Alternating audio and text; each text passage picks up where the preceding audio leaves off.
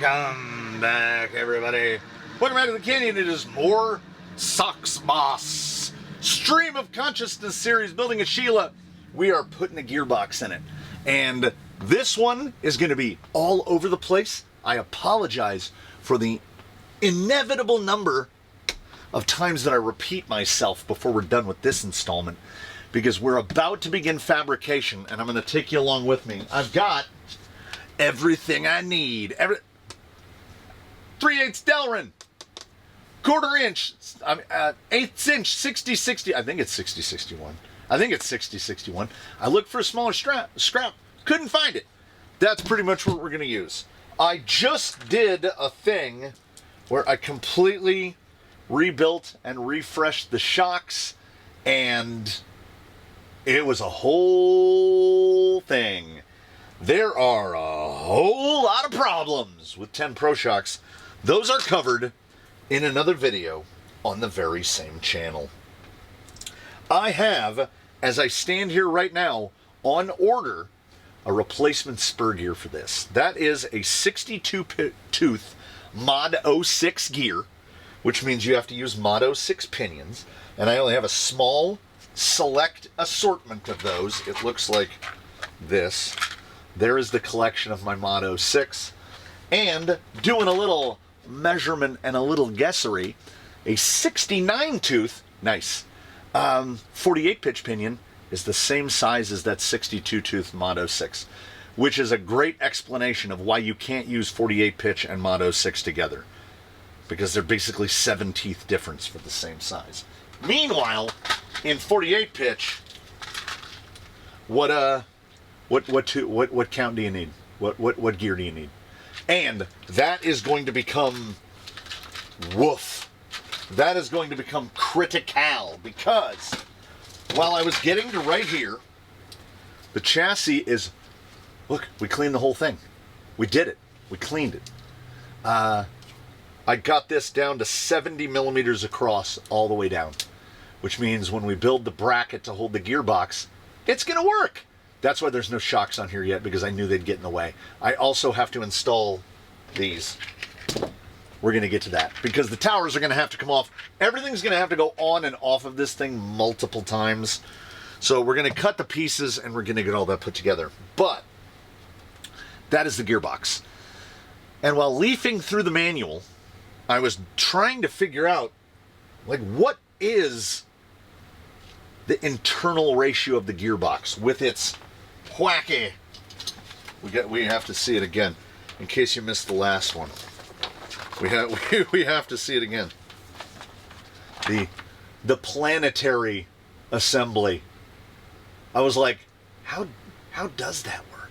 Is it just 14 tooth versus whatever is the number of teeth on the outside of the deceleration assembly?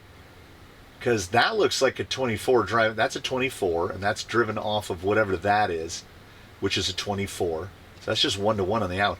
So all the reduction must come from this thing, right? I guess. I don't know. Anyway, what I did then is I got super scientific. I put a motor on it.